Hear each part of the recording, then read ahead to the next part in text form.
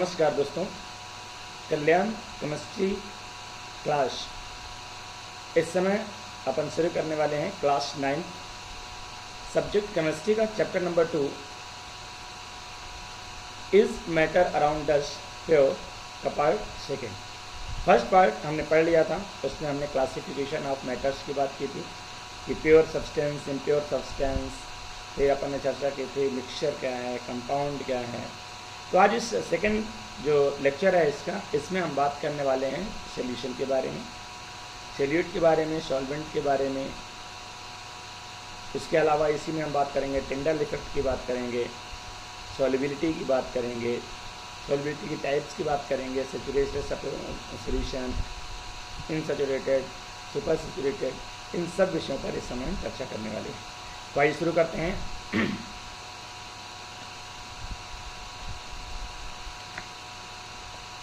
Solution, suspension and colloids. Solution की अगर हम बात करें तो a solution is defined as a homogeneous mixture of two or more chemically non reacting substance whose composition can be varied within limits. यानी solution हम क्या कह सकते हैं कि दो या दो से अधिक कंपोनेंट्स का होमोजेनियस मिक्सचर जो होता है उससे हम सॉल्यूशन कह सकते हैं। नॉर्मल तौर पे जब सॉल्यूशन की बात आती है तो हमें समझ में आता है इससे सॉल्यूशन कुछ लिक्विड सा होगा, पर ऐसा नहीं है। आगे जब हम सॉल्यूशन के टाइप्स की बात करेंगे तब हमें क्लियर हो जाएगा।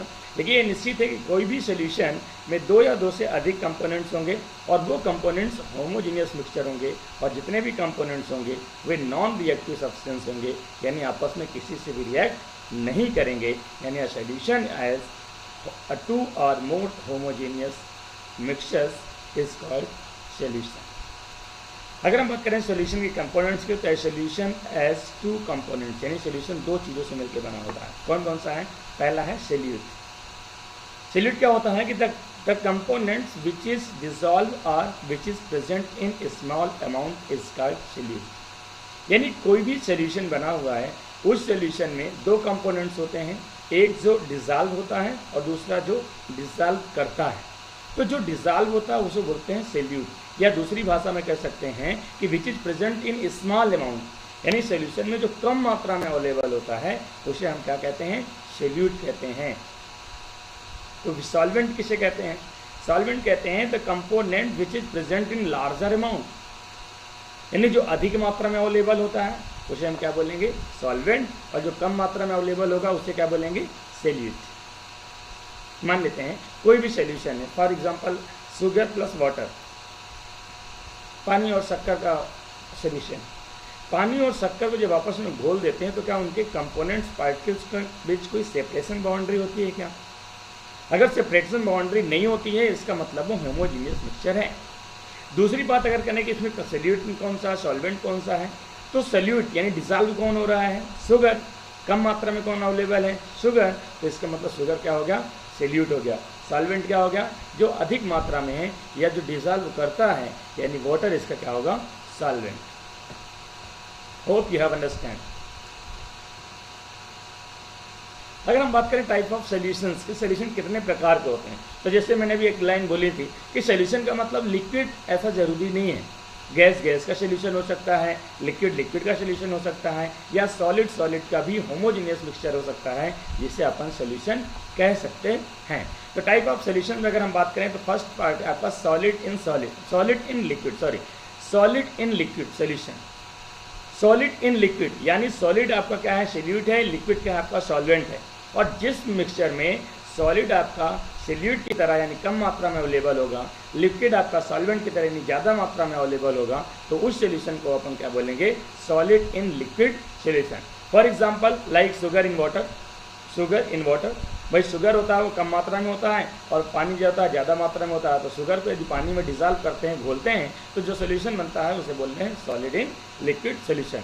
दूसरी चीज़ अगर बात करें टिंचर ऑफ आयोडीन, कहीं चोट लग जाती है, घाव लग जाता है तो फिर अपन उसको लगाते हैं, तो ये भी क्या होता है? ये भी सॉलिड इन लिक्विड सोल्यूशन होता है।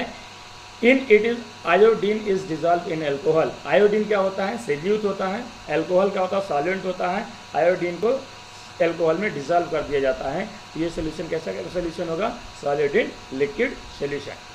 सेकंड है लिक्विड इन लिक्विड सोल्यूशन, यानी सॉल्वेंट भी लिक्विड है और सोल्यूट भी लिक्विड है, तो ऐसा जो सोल्यूशन होता है उसे बोलेंगे liquid in liquid solution. For example alcohol in water, alcohol कम मात्रा में है, वाटर ज़्यादा मात्रा में है, एल्कोहल सोल्यूट है और वाटर सॉल्वेंट है, इन दोनों का जो मिक्सचर है वो दोनों लिक्विड हैं। लिक्विड होने के बाद में अपन बोल सकते हैं liquid in liquid solution. Third is gas in liquid, यानी लिक्विड में आप गैस डिजॉल्व कर दो। For example like CO2 dissolve in water, CO2 को यदि हम वाटर में डिजॉल्व कर दो, फॉर एग्जांपल यू कैन से कोल्ड ड्रिंक, तो कोल्ड ड्रिंक में जब हम खोलते हैं तो बहुत तेज़ी से गैस रिलीज होती है, तो गैस कौन सी होती है? CO2 गैस होती है, और CO2 गैस किस में होती है? लिक्विड में। तो गैस लिक्विड में डिजॉल्व होती है, गैस कम क्वांटिटी की होती है इसलिए सोल्यूट है, लिक्विड ज़्यादा क्वांटिटी में होता है इसलिए सॉल्वेंट है। तो जब सोल्यूट और सॉल्वेंट आपस में मिक्स होते हैं इस फॉर्म में तो उसे हम बोलते हैं gas in liquid solution. Third है आपका, फोर्थ है सॉलिड इन सॉलिड सोल्यूशन, यानी सॉल्वेंट भी सॉलिड है और सोल्यूट भी सॉलिड है। यदि दोनों सॉलिड हैं तो आपका क्या बनेगा? फॉर एग्जांपल एलॉय, एलॉय मतलब होता है उपधातुएं, यानी जब दो धातुओं को हम एक साथ मिलाते हैं होमोजीनियस मिक्सचर बनाते हैं। For example you can say brass, brass क्या होता है? कोई एलिमेंट नहीं होता है बल्कि दो एलिमेंट्स को मिला के बनाया जाता है, कॉपर और जिंक को। कॉपर और जिंक जब जिन दोनों को मिला के हम ब्रास बनाते हैं तो ब्रास में कोई सेपरेशन बाउंड्री नहीं होती है, सेपरेशन बाउंड्री नहीं होती है, इसका मतलब जो ब्रास होता है वो क्या होता है? Homogeneous mixture. तो दो या दो से अधिक चीज़ों का जो होमोजीनियस मिक्सचर होता है वही क्या कहलाता है? आपका सोल्यूशन। और दोनों चूंकि सॉलिड है, सॉल्यूट भी सॉलिड है और सॉल्वेंट भी सॉलिड है, तो इसका क्या बोलेंगे? Solid in solid solution. दूसरा एग्जाम्पल अगर हम बात करें ब्रोंज, ब्रोंज जो होता है वो भी आपका कोई एलिमेंट नहीं होता है बल्कि कॉपर और टिन को मिला के बनाया जाता है, एक होमोजीनियस मिक्सचर होता है। दोनों आपके सोल्यूट और सॉल्वेंट क्या होते हैं? सॉलिड होते हैं, इसलिए इसे बोलेंगे solid in solid solution. Next आपका गैस इन गैस सोल्यूशन, यानी दोनों सोल्यूट और सॉल्वेंट दोनों यदि गैस है तो उसे हम बोलेंगे gas in gas solution. For example you can say air, air is a mixture of gases, there is CO2, there is nitrogen, there is oxygen, there is SO2, many kinds of gases. तो बहुत सारी गैसें हैं, उनमें आपका solute भी gas है, solvent भी गैस है। जब दोनों प्रकार की गैस हैं और ऐसा जो सोल्यूशन होगा उसे बोलेंगे गैस इन गैस सोल्यूशन।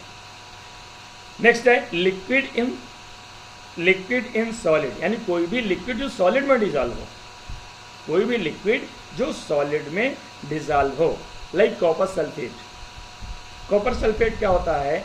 जो हाइड्रेटेड फॉर्म में होता है, CuSO4.10H2O हाइड्रेटेड फॉर्म में है। तो कॉपर सल्फेट सॉलिड फॉर्म में होता है और उसी में जो वाटर के पार्टिकल्स होते हैं उसमें एब्जॉर्ब होते हैं, जो लिक्विड फॉर्म में होते हैं। तो इस सोल्यूशन को अपन क्या बोलेंगे? सॉलिड इन लिक्विड सोल्यूशन। नेक्स्ट है गैस इन सॉलिड, यानी कोई भी गैस है जो सॉलिड में डिजॉल्व है, गैस सॉलिड में डिजॉल्व है। जैसे किसी भी गैस की बात करें, किसी भी एलिमेंट्स की बात करें, एलिमेंट्स क्या होता है नॉर्मली में? जब वो ऑक्सीजन के साथ रिएक्ट करने के बाद ऑक्सीडेशन होता है, या फिर कह सकते हैं कोई भी मेटल्स को यदि हम बाहर रखेंगे तो वहाँ पर ऑब्जर्वेशन ये आएगा कि जो बाहरी गैसेज हैं, कोई भी गैस हो सकती है, ऑक्सीजन हो सकती है, नाइट्रोजन गैस हो सकती है, वो उस मेटल के सरफेस द्वारा एब्जॉर्ब की जाती है। तो जब मेटल के सरफेस द्वारा ऑब्जर्व होगी तो इस सोल्यूशन को अपन बोलेंगे solid in gas solution. Is it clear? Next is solid in gas, solid in gas यानी गैस में आपका सॉलिड डिसॉल्व हो। For example you can say like camphor in air, camphor मतलब होता है कपूर। कपूर जो होता है जब से हम जलाते हैं तो किससे कन्वर्ट हो जाता है? By the method of sublimation is converted to directly gas. तो सॉलिड जब गैस में डिसॉल्व हो जाता है तो उससे बोलेंगे solid in gas solution. Last point है आपका लिक्विड इन गैस, यानी लिक्विड जो है वो गैस में डिसॉल्व हो, लिक्विड जो है गैस में डिसॉल्व हो, यानी लिक्विड आपका सोल्यूट है, गैस आपका सॉल्वेंट है। जो आपका लिक्विड है यानी जो आपका लिक्विड है वो कम मात्रा में है, गैस आपका ज़्यादा मात्रा में है। फॉर एग्जांपल यू कैन से क्लाउड्स, क्लाउड्स क्या होते हैं? पूरी तरह से हवा के बने होते हैं, पूरा एटमॉस्फेयर में हवा है, नीचे से वाटर वेपर्स जब इवेपोरेट होकर ऊपर पहुंचते हैं तो उस गैस के साथ मिक्स हो जाते हैं, मिक्स होने के बाद बादल बनता है, या फॉग यानी कोहरा जो होता है वो भी इसी का एक एग्जाम्पल है। Hope you have understand type of solution. आइए देखते हैं नेक्स्ट प्रॉपर्टीज ऑफ सोल्यूशंस। अगर सोल्यूशंस की हम प्रॉपर्टीज की बात करें तो सोल्यूशन का प्रॉपर्टी में फर्स्ट पॉइंट है a solution is a homogeneous mixture, यानी सोल्यूशन जो होता है वो ऑलवेज होमोजीनियस मिक्सचर ही होना चाहिए। अगर हेट्रोजीनियस मिक्सचर है तो उसका अपन सोल्यूशन नहीं कहेंगे। Next is size of particles is smaller than 1 nanometre. यानी जो आपका सोल्यूशन होता है उसके जो पार्टिकल्स होते हैं उनका साइज बहुत कम होता है, लगभग यू कैन से कि 1 नैनोमीटर यानी 10⁻⁹ मीटर से भी कम होता है। नेक्स्ट पॉइंट है the particles can not seen by microscope. और इसके पार्टिकल्स इतने छोटे होते हैं, यू कैन से 1 नैनोमीटर से अगर छोटा है तो उसको हम नेकेड आई या फिर माइक्रोस्कोप से नहीं देख सकते हैं। नेक्स्ट है it is stable mixture, solute does not settle down over a period of time. यानी कोई भी सोल्यूशन है, उस सोल्यूशन में सोल्यूट के जो पार्टिकल्स हैं यानी जो सोल्यूशन है वो क्या होता है, वो स्टेबल मिक्सचर होता है। ऐसा नहीं है कुछ देर बाद सोल्यूट के पार्टिकल्स नीचे प्रेसिपिटेट के रूप में नीचे बैठ जाएंगे। ओके, नेक्स्ट है a solution is passed through filter paper, solute and solvent do not separated. यानी सोल्यूशन का जो पार्टिकल्स इतने छोटे होते हैं कि अगर हम उसको फिल्टर पेपर के साथ फिल्ट्रेट करेंगे तो सोल्यूट और सॉल्वेंट के पार्टिकल्स सेपरेट नहीं किए जा सकते हैं। नेक्स्ट एंड लास्ट पॉइंट है it does not scatter light, it do not show Tyndall effect. ये क्या करता है कि लाइट को फैलाता नहीं है, यानी ये टिंडल इफेक्ट को शो नहीं करता है। यानी इसे हम सोल्यूशन को अपन बोल सकते हैं ट्रू सोल्यूशन। सोल्यूशन में ट्रू सोल्यूशन इसे कहते हैं। ये पूरी तरह से डिसअपियर होता है, इसमें कोई भी टिंडल इफेक्ट नहीं शो करता है, इसके पार्टिकल्स बहुत छोटे साइज में होते हैं, फिल्टर पेपर से फिल्ट्रेट नहीं किए जा सकते हैं, सोल्यूशन आपका स्टेबल होता है यानी आपका सोल्यूट के पार्टिकल्स हैं वो सेटल डाउन नहीं होते हैं, और अब सोल्यूशन हमेशा होमोजेनियस मिक्सचर होता है। आइए देखते हैं टिंडल इफेक्ट। टिंडल इफेक्ट अभी अपन ने पढ़ा कि जो आपका ट्रू सोल्यूशन होता है उसमें कोई भी टिंडल इफेक्ट शो नहीं करता है। If a light is pass through a medium and its path can be seen then the substance is said to show Tyndall effect. Tyndall effect किसे कहेंगे कि मान लेते हैं कोई भी सब्सटेंस है या कोई भी मीडियम है, कोई भी मीडियम है, उस मीडियम में अगर लाइट पास की जाए और लाइट को अपन देख सकें, लाइट को अपन देख सकें तो हम कह सकते हैं कि वो टिंडल इफेक्ट शो करता है, क्योंकि लाइट जो होता है वो इनविजिबल होता है। अगर कोई भी पाथ उसके सामने नहीं आए तो लाइट को अपन देख नहीं सकते हैं। तो कोई भी पाथ को अगर हम देख पाते हैं, कोई भी चीज़ को अगर हम देख पाते हैं तो क्यों देख पाते हैं, क्योंकि लाइट यहाँ से जाता है, उसके साथ टकराता है, टकराने के बाद वापस हमारे देखने पे जो इमेज बनता है जिसकी वजह से कोई भी चीज़ दिखाई देती है। यानी लाइट क्या होती है, इनविजिबल होती है। लेकिन अगर कोई भी माध्यम है, कोई भी आपका मीडियम है, उस मीडियम से अपन लाइट पास कर रहे हैं और उसके बाद अपने को लाइट दिखाई दे रही है, इसका मतलब वो जो मीडियम है वो टिंडल इफेक्ट शो करता है। For example, when a beam of sunlight enters a dark from through some hole in the window, path of light becomes visible due to scattering of light by a colloidal dust particle। बहुत simple example है। कभी कभी घर में अगर हम देखें तो घर में बाहर से खिड़की से या कहीं से भी लाइट अगर अंदर की तरफ आती है छोटे से होल की मदद से, तो आप देखेंगे कि आपको लाइट वहाँ पे दिखाई देती है। क्यों? कमरे के अंदर जो सस्पेंडेड जो आपके क्या कहते हैं धूल के कण हैं, पार्टिकल्स हैं, उन पार्टिकल्स से वो टकराती है और टकराने के बाद वो पार्टिकल्स हमें दिखते हैं, जिसकी वजह से हमें वो लाइट भी विजिबल होती है। इसे अपन क्या बोलते हैं, स्कैटरिंग ऑफ लाइट। दूसरा एग्जांपल, सबसे एग्जांपल है घर पे भी अपन ये कर सकते हैं। आप एक गिलास पानी लो और उसमें थोड़ा सा दूध डाल दो। दूध डालने के बाद अगर आप थोड़ा सा दूध डालने के बाद अब आप उसको अंधेरे कमरे में ले जाएं और टॉर्च की बत्ती या फिर मोबाइल की फ्लैश लाइट को एक तरफ से दूसरे तक जलाएंगे तो आप देखेंगे कि बीच में लाइट दिखाई देगी, बिल्कुल इस चित्र की तरह। ये जो फिगर आपके सामने बना हुआ है इसमें जो सोल्यूशन भरा हुआ है वो सोल्यूशन के अंदर से जब हम लाइट पास करते हैं तो आप देखिए लाइट आपको विजिबल होती है। इसका मतलब क्या है कि ये टिंडल इफेक्ट शो करता है। इसका भी एक सेपरेट वीडियो हमने बनाया है, आई बटन पर ऊपर क्लिक करेंगे तो आपको वीडियो दिख जाएगा। दूसरी चीज़, जब केमिस्ट्री लैब में हम जाएंगे तो केमिस्ट्री लैब में ये एक्सपेरिमेंट हम जरूर करेंगे ताकि आसानी से हम समझ पाएँ what is टिंडल effect. Tyndall effect की और भी बहुत सारे उदाहरण है। कई बार आप देखो कि पेड़ों की पत्तियों के बीच से अगर कोई लाइट नीचे की तरफ आती है तो हमें दिखाई देती है, उसे भी अपन बोलेंगे स्कैटरिंग ऑफ लाइट। अब बात हम करते हैं दूसरे मीडियम की, सस्पेंशन। अभी हमने पढ़ा सोल्यूशन जिसे हम ट्रू सोल्यूशन कहते हैं, और इट इज सस्पेंशन। सस्पेंशन क्या होता है? Suspension is a heterogeneous mixture.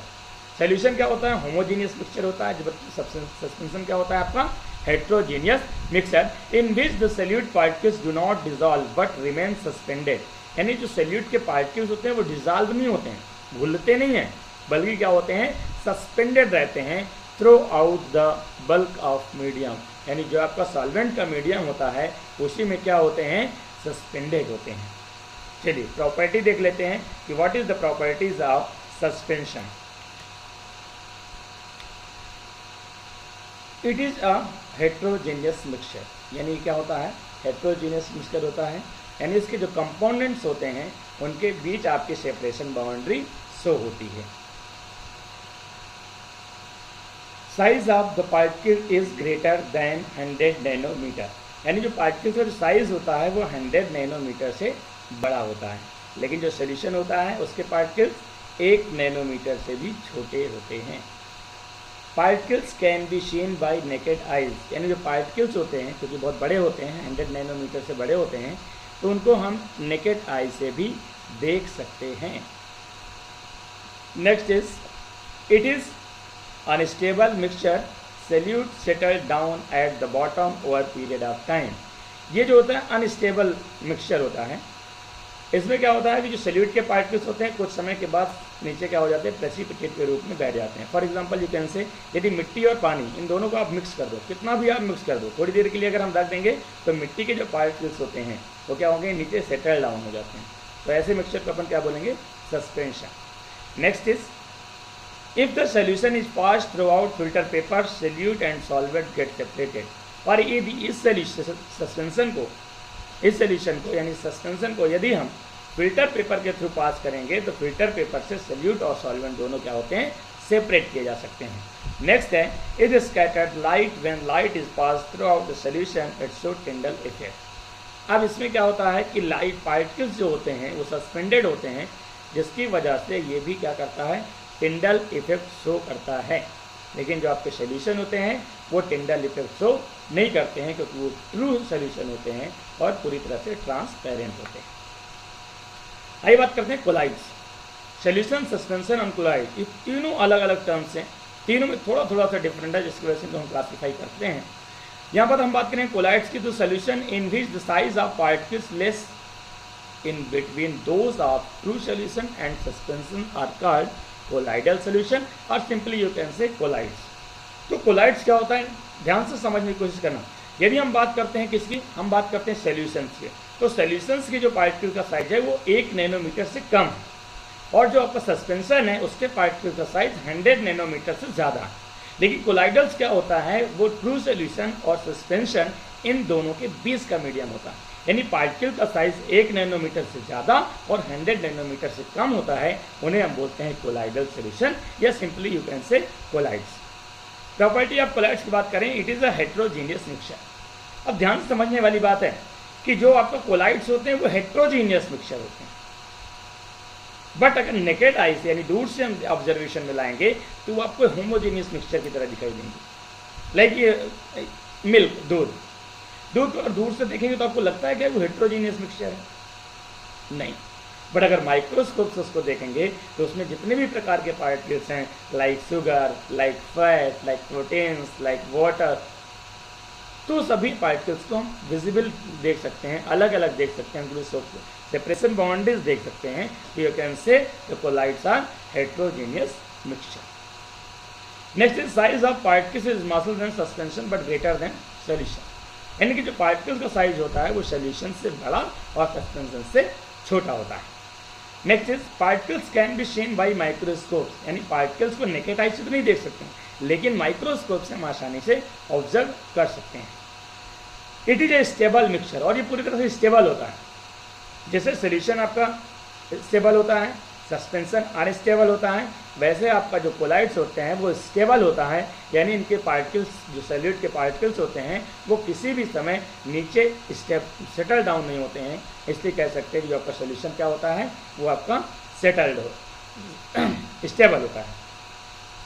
When a solution pass through a filter paper, the solute and solvent do not separate it. इसमें भी वही कहानी है जो सोल्यूशन की होती है, यानी यदि फिल्टर पेपर के थ्रू उसको पास करेंगे तो सॉल्यूट और सॉल्वेंट दोनों को सेपरेट कर नहीं सकते हैं। नेक्स्ट है no Tyndall effect is observe. यहाँ पर आपको टिंडल इफेक्ट क्या होता है, ऑब्जर्व होता है। टिंडल इफेक्ट ऑब्जर्व होता है जब आप लाइट की बीम को गुजारते हैं इसमें से, तो यहाँ पर आपको टिंडल इफेक्ट शो होता है। आइए देखते हैं टाइप्स ऑफ कोलाइड्स। कोलाइड्स कितने प्रकार के होते हैं, कितने टाइप्स के होते हैं। डिस्पर्सन फेज क्या होता है, डिस्पर्सन मीडियम क्या होता है। तो डिस्पर्सन फेज क्या होता है, डिस्पर्सन मीडियम। डिस्पर्सन फेज मतलब होता है, कह सकते हैं यू कैन से, जिसमें सॉल्यूट होते हैं जो डिजॉल्व होते हैं। डिस्पर्सन मीडियम मतलब जो सॉल्वेंट होते हैं जिसमें डिजॉल्व होते हैं, सिंपली यू कैन से। तो यहाँ पर सॉलिड है, सॉलिड में ही डिजॉल्व हो रहा है, जिससे हम सॉलिड सॉल्व बोलेंगे। जो आपका कोलाइडल सोल्यूशन बनेगा दोनों सॉलिड होंगे, दोनों सॉलिड के मिलाने के बाद जो बनेगा उसे हम क्या बोलेंगे, कोलाइडल बोलेंगे। और कोलाइडल का एग्जाम्पल जो है वो है मिल्की ग्लास। मिल्की ग्लास, दूधिया ग्लास जो होता है, दोनों सॉलिड होते हैं। और दोनों सॉलिड होने के बाद जो अगर उसका होता है वो होमोजीनियस मिक्सचर की तरह दिखता है, लेकिन होता क्या है, हेट्रोजीनियस मिक्सचर। नेक्स्ट आपका सॉलिड और लिक्विड का जो सोल्यूशन बनेगा वो मडी वाटर, यानी मिट्टी और पानी को जब मिला देते हैं एक, यानी मिट्टी जो है वो सॉलिड फॉर्म में है, लिक्विड आपका वाटर के फॉर्म में है। इन दोनों को जब मिलाते हैं जो सॉल्ट बनता है उसे बोलते हैं, एग्जाम्पल क्या है, muddy water. Solid gas, solid किस में डिजॉल्व है, गैस में। सॉलिड जब गैस में डिजॉल्व होता है तो सॉलिड एरोसॉल बनता है, जैसे स्मोक, धुआं। धुएं में जो पार्टिकल्स मिले होते हैं वो चाहे किसी भी चीज़ के हो, कार्बन के पार्टिकल्स हो सकते हैं। तो ये कार्बन क्या होता है, आपका सॉलिड स्टेट होता है, लेकिन जो घुला किस में होता है, गैस में घुला होता है। तो इसको अपन बोलेंगे सॉलिड इन गैस, जिसे बोलेंगे सॉलिड एरोसॉल, या एग्जाम्पल अपन कह सकते हैं स्मोक। नेक्स्ट है लिक्विड इन सॉलिड, यानी लिक्विड आपका सॉल्यूट है, सॉलिड आपका सॉल्वेंट है। यानी कोई भी लिक्विड जब सॉलिड में डिजॉल्व होता है तो उससे हम बोलते हैं जेल। और जेल का एग्जाम्पल क्या होता है, जेली। जो हम जेली खाते हैं ना वो सॉलिड स्टेट में होता है ना लिक्विड, बल्कि कोलाइडल स्टेट में होता है। सॉलिड की मात्रा ज़्यादा होती है, लिक्विड की मात्रा कम होती है। नेक्स्ट है लिक्विड इन लिक्विड, यानी लिक्विड भी, सॉलिड भी लिक्विड है और सॉल्वेंट भी लिक्विड है। इन दोनों को मिलाएंगे तो बनेगा इमल्सन। और इमल्सन का एग्जाम्पल सबसे अच्छा होता है मिल्क। मिल्क में क्या होता है कि जितने भी पार्टिकल्स होते हैं वो सभी क्या होते हैं, लिक्विड फॉर्म में अवेलेबल होते हैं। लिक्विड इन गैस, लिक्विड आपका सॉल्यूट है, गैस आपका सॉल्वेंट है। एंड लिक्विड कम है आपका और गैस जो है ज़्यादा है, तो बनता है एरोसॉल। और एरोसॉल का एग्जाम्पल होता है फॉग। फॉग में क्या होता है कि वाटर के मॉलिक्यूल्स होते हैं, साथ में गैस के पार्टिकल्स होते हैं, जब दोनों आपस में मिल जाते हैं तो उसको क्या बोलते हैं, एरोसॉल।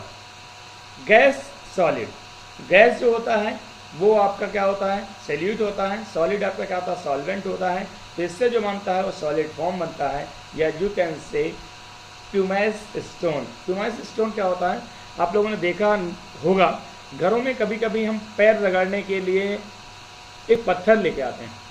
जो पत्थर हल्का होता है उसमें छोटे छोटे गैप्स बने होते हैं जहाँ पर एयर्स के पार्टिकल्स होते हैं। या फिर कह सकते हैं कि कभी अगर आपने गांव में देखा हो तो कुछ ईंटें जो ईंट होते हैं वो काफ़ी हल्की और टेढ़ी मेढ़ी हो जाती हैं। क्यों, क्योंकि हल्के इसलिए हो जाते हैं क्योंकि उसके अंदर वाटर के पार्टिकल्स, उसके अंदर जो गैस के पार्टिकल्स हैं वो बबल्स की तरह बन जाते हैं, जिसकी वजह से उसका जो डेंसिटी होता है वो कम हो जाता है। उसे अपन बोलते हैं प्यूमाइज स्टोन। लास्ट है gas in liquid. Gas in liquid, gas किस में मिली हुई है, लिक्विड में, जिससे हम बोलते हैं फोम। फोम क्या होता है, गैस होते हैं उसके अंदर, गैस के पार्टिकल्स होते हैं और लिक्विड फॉर्म होता है। इन गैस ज़्यादा होती है, लिक्विड कम होती है। गैस आपका सॉल्यूट होता है, लिक्विड आपका सॉल्वेंट होता है। तो जैसे उसका एग्जांपल होता है आपका शेविंग क्रीम। शेविंग क्रीम या you can say already soap, you can say already detergent, you can say, okay, have you understand.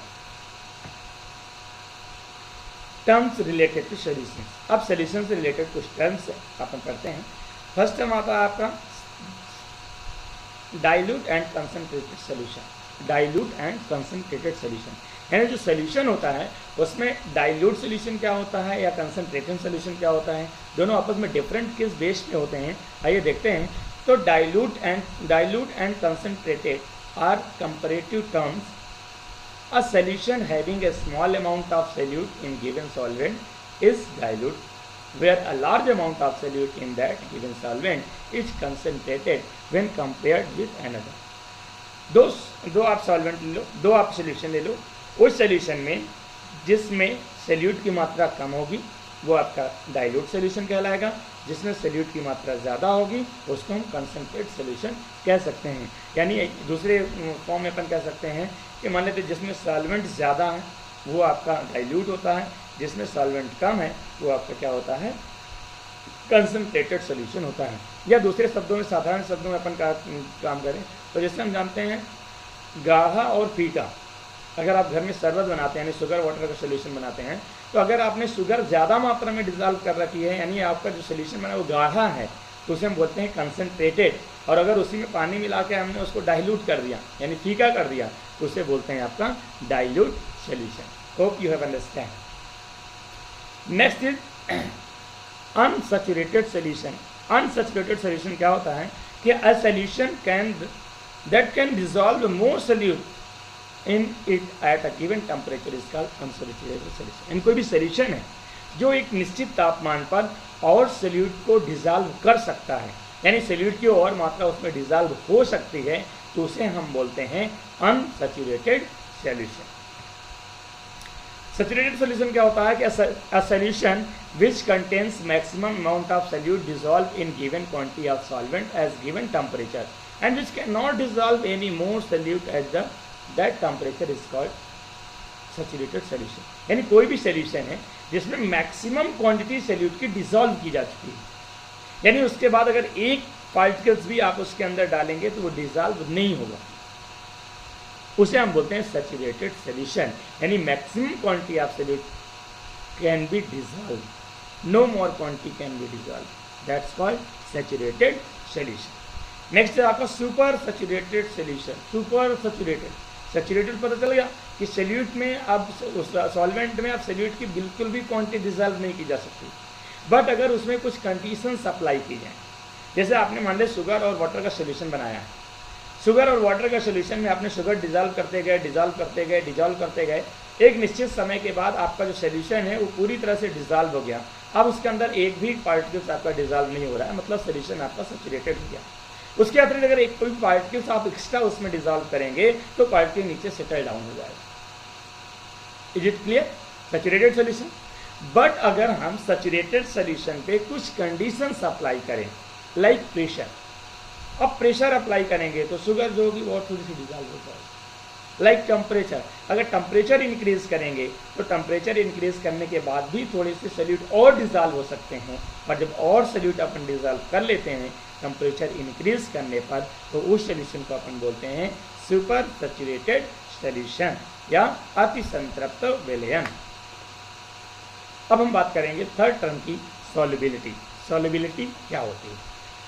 तो सॉल्युबिलिटी क्या होती है कि the maximum amount of solute that can be dissolve in 100 gram of solvent is called solubility. यानी कोई भी solution है, या कह सकते हैं कि the maximum amount of solute can be dissolve in 100 gram of solvent. Solvent की जो क्वांटिटी है वो बिल्कुल फिक्स है, कितनी? 100 ग्राम। 100 ग्राम क्वांटिटी किसकी है? सॉल्वेंट की। उसमें सोल्यूट की जो मैक्सिमम क्वांटिटी डिजॉल्व की जा सकती है, मान लेते हैं कोई भी सॉल्वेंट है 100 ग्राम, उस 100 ग्राम में वाटर में यदि हम 20 ग्राम शुगर डिजॉल्व कर सकते हैं मैक्सिमम क्वांटिटी, तो 20 आपकी क्या होगी? सॉल्युबिलिटी होगी। Solubility of that solute in that solvent at the particular temperature. वो सॉल्युबिलिटी किस बेस पे है? उस सोल्यूट पर, उस सॉल्वेंट पर और उस पर्टिकुलर टेम्परेचर पर। यदि इन तीनों में कुछ भी अगर आपने चेंज किया तो आपकी सॉल्युबिलिटी क्या हो जाएगी? चेंज हो जाएगी। अगर हम बात करें alternative, we can stay that amount of solute needed to make saturated solution of 100 gram of solvent is called solubility.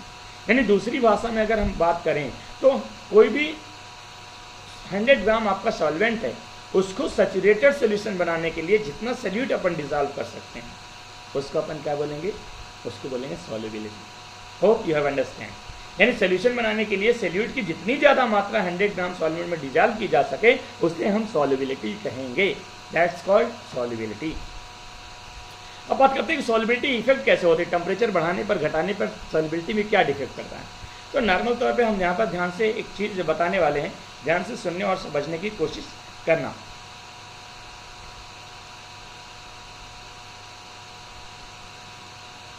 मान लेते हैं कि कोई भी यहाँ पर ये हमने बर्तन ले लिया, अब इस बर्तन में मान लेते हैं वाटर के पार्टिकल्स हैं, तो वाटर के जो पार्टिकल्स होते हैं आपको पता है कि उनके बीच में जो गैप होता है वो थोड़ा सा सॉलिड के अपेक्षा ज़्यादा होता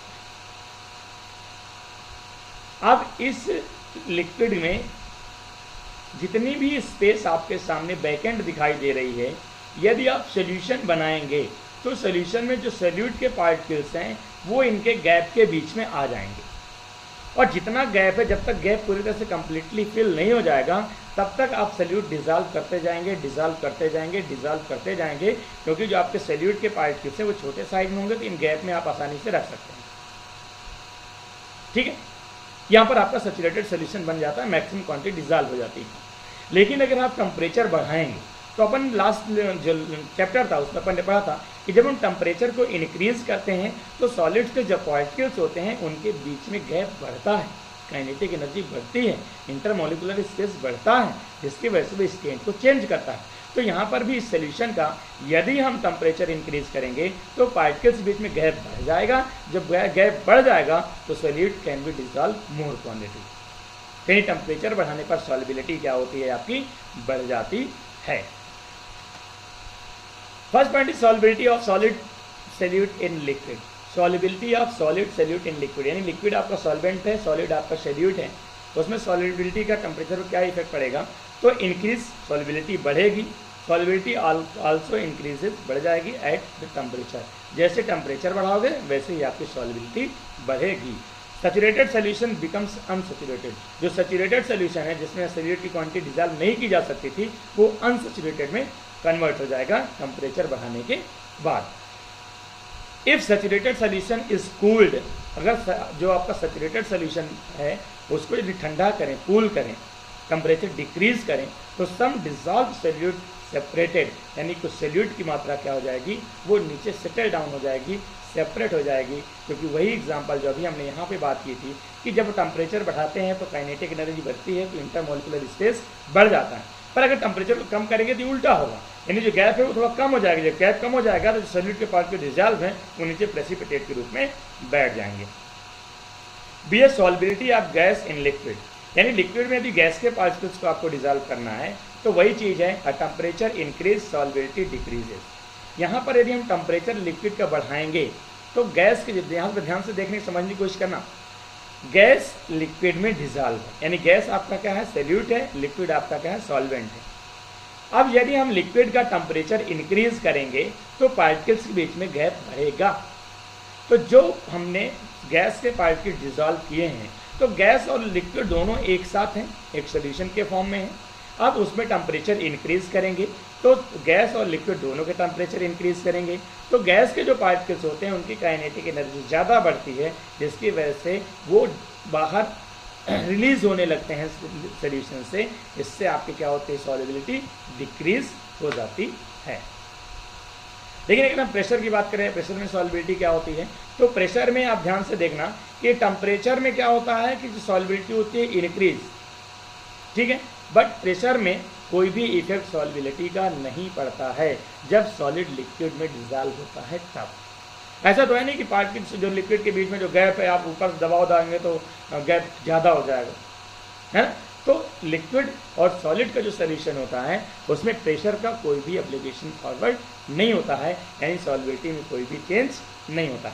बट यदि गैस इन लिक्विड की बात करें, यानी लिक्विड में यदि गैस के पार्टिकल डिजॉल्व में आपको प्रेशर अप्लाई करना है तो टेम्परेचर अप्लाई करने पर जो होती है सॉल्युबिलिटी डिक्रीज होती है, बट प्रेशर अप्लाई करने पर सॉल्युबिलिटी इंक्रीज होती है, क्योंकि गैस के पार्टिकल्स हो या लिक्विड के पार्टिकल्स हो वो कंप्रेसिबल होते हैं और कंप्रेसिबिलिटी की वजह से उसकी सॉल्युबिलिटी क्या होती है, बढ़ जाती है।